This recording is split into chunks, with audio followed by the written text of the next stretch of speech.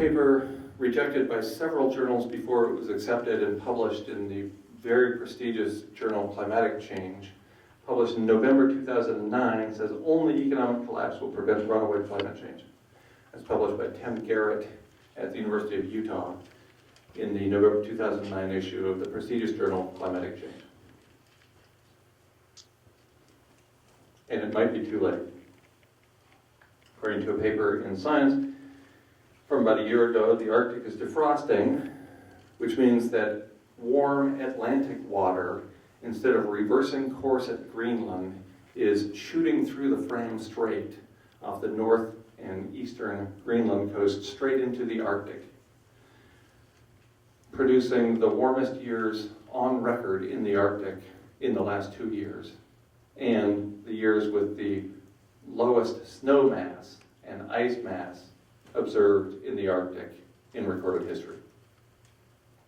That's one of 5 positive feedbacks that we've kicked into play. It's positive feedback because the more warm water that goes up there, the more the ice melts. The more the ice melts, the more open water is exposed. The albedo is reduced, so there's less reflectance off the ice back into space. So the water is warming. As that water warms, the ice melts, and the water warms and the ice melts. So that's one positive feedback. There are 4 more.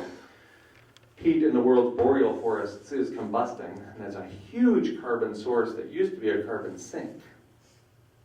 As it gets drier, more of that carbon is combusted and sent up to the atmosphere, which makes it drier and hotter, which makes more of that heat combust and go up to the atmosphere. Another positive feedback. 2 years ago, in the summertime, summer of 2010, a bunch of researchers went out into Siberia and showed off. You can see a bunch of this stuff on YouTube. They showed off by lighting Siberia on fire. There's these big methane vents that they could light on fire. It looked really cool. You strike a match and it's like, whoo. It was great sport for scientists on YouTube. That was 2010.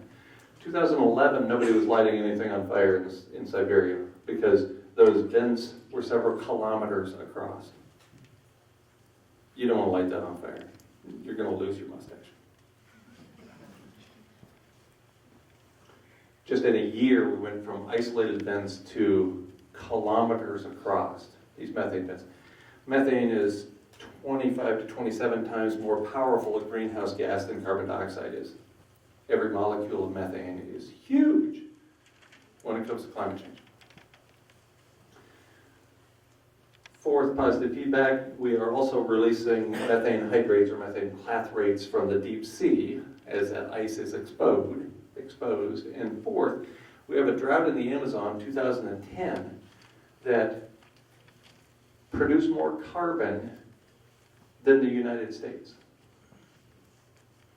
The Amazon is supposed to be a carbon sink. In the summer of 2010, it became a carbon source when drought was causing decomposition to occur so rapidly that the carbon loss was greater than all the cars and trucks and coal-fired power plants in this country combined.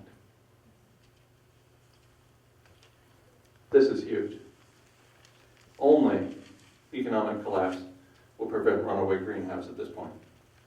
It might be too late, but I don't want us to act as if it's too late, because then it becomes self-fulfilling prophecy. Then we assure extinction of our species by 2050. And I don't think that's a good idea.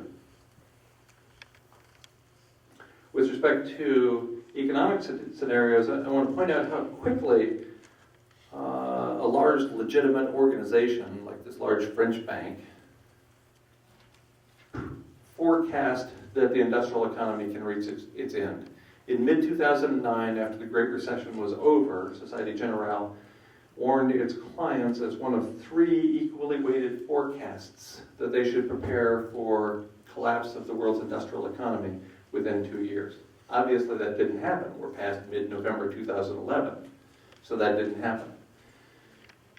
The World Bank predicted in mid-January 2012 that the coming downturn will be worse than that of 2008. Now, in 2008, in September in fact, the chairman of the Federal Reserve Bank, Ben Bernanke, concluded that we came within a hair's breadth of losing Western civilization. We were so close to the brink. Nearly every bank failed in the United States except one. He admitted this years after the events of September 2008 brought down AIG and Lehman Brothers. But he did admit later that the events of that period nearly terminated Western civilization. We're headed for a downturn, according to the World Bank, worse than 2008 in the relatively near term. These 75 individuals predict that global economic collapse will be complete by the end of this year. And none of these people are using the Mayan calendar to come up with that assessment. The latest person to join the party is George Soros, multi-billionaire, who I can assure you does not want economic collapse to occur. Economic collapse occurs. What that means is money is worthless. On July 5th, 2010, Niall Ferguson, the Harvard professor of history, social critic, and sometime economist and philosopher, predicted that economic collapse would be complete within 2 years, which suggests July 5th of this year. But last week, he said there's a way out. This is a Harvard professor of history, Niall Ferguson. He says the way out is to bomb and occupy Iran for their oil. Even the lefties have joined the brigade. The only exception from amongst all these people who doesn't predict global economic collapse by the end of this year is Dmitry Orlov. That's why there's an asterisk beside his name. Orlov wrote the book Reinventing Collapse, the Soviet Example and American Prospects. And in that book, and for years before that, Orlov has been predicting 5 stages of collapse: financial, commercial, governmental, social, and cultural. And he was sticking with that up until October 30th of last year. October 30th of last year, he announced that clearly he was wrong.